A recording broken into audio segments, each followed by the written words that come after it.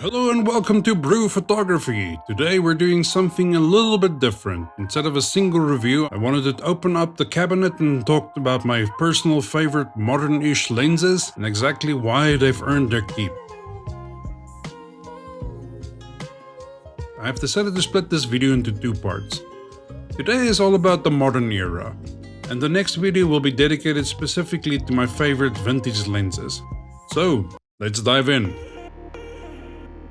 The Canon 100mm f2.8L macro. First up is the absolute workhorse of my collection. This lens has been with me for almost every paid photo shoot I've ever done. It is incredibly versatile for a 100mm prime. While it's designed for macro work, this is still my go-to for corporate headshots. It's sharp and light, effectively doing the job of two lenses. Nothing is perfect, and if I'm being picky, there are times, especially during those high-end portraits, where I find myself wishing it was an f2. That extra bit of light and shallow depth of field would be the icing on the cake. But at f2.8, it's still a workhorse.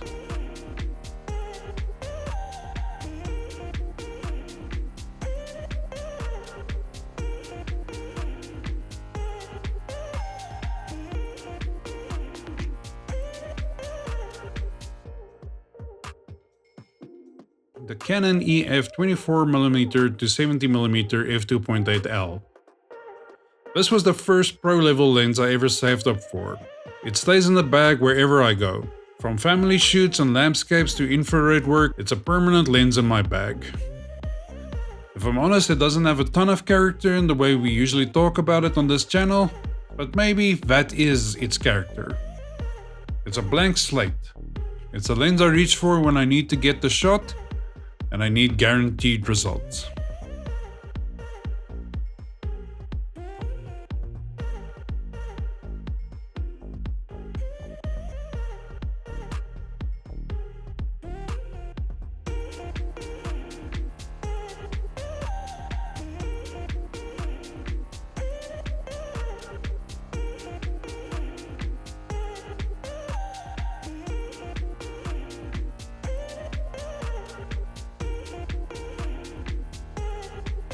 The Fujifilm XF 35mm f1.4R. This is arguably the lens this channel was built upon. There's a reason people say Fuji magic is a real thing. When this lens hits, the results are just wow. It's small, light, and gives you that classic 52mm equivalent field of view. But the lens can be inconsistent.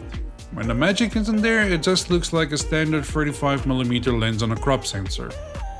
It doesn't always wow you, but when it does, it's that Fuji magic.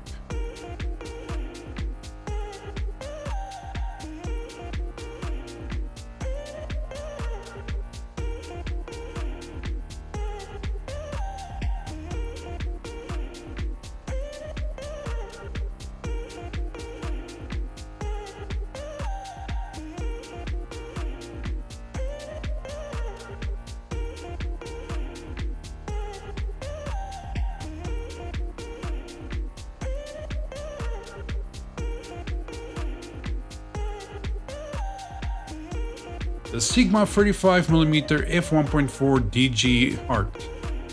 I originally bought this for astrophotography, but it evolved into a fantastic portrait lens. It is incredibly sharp and very fast, featuring 15 elements and 11 groups to keep things looking pristine, even wide open. This lens is heavy. This is a serious thick piece of glass. If you're working on a long event or a full day of shooting, you're definitely going to feel that weight by the end of it. It's a trade-off. World-class optics for a bit of a workout.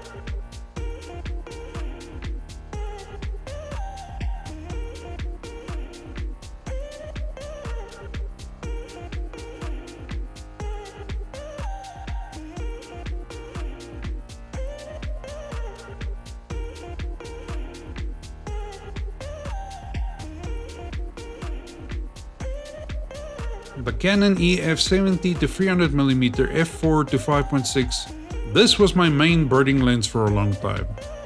I love walking with this lens, especially adapted to the Fuji because it's remarkably light for its size.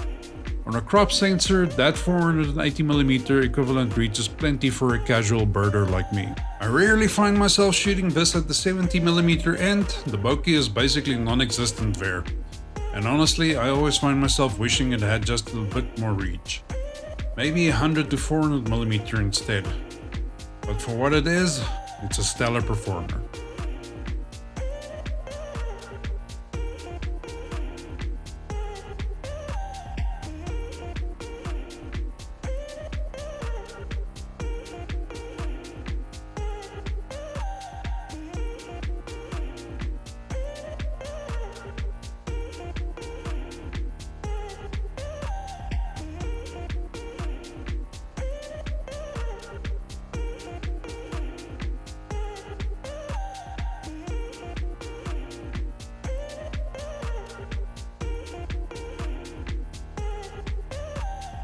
The Canon EF 135mm f2.L.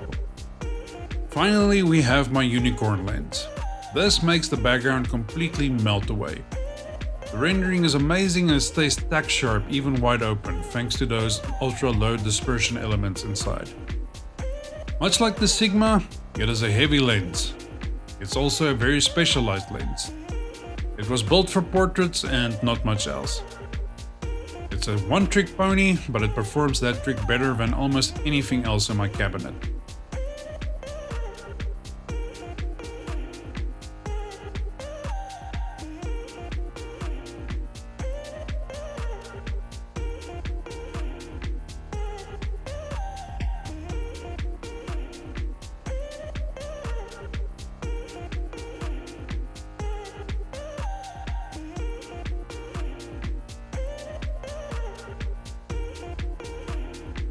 So those are my favorite modern-ish lenses. I do plan on reviewing all of these in depth in the future. Do you prefer a lens of character, or do you want that clinical modern perfection? Leave a comment below, let me know in the comments, and stay tuned for part 2 where we go back in time to the vintage lenses. Thanks for watching, and as always, I will see you next time.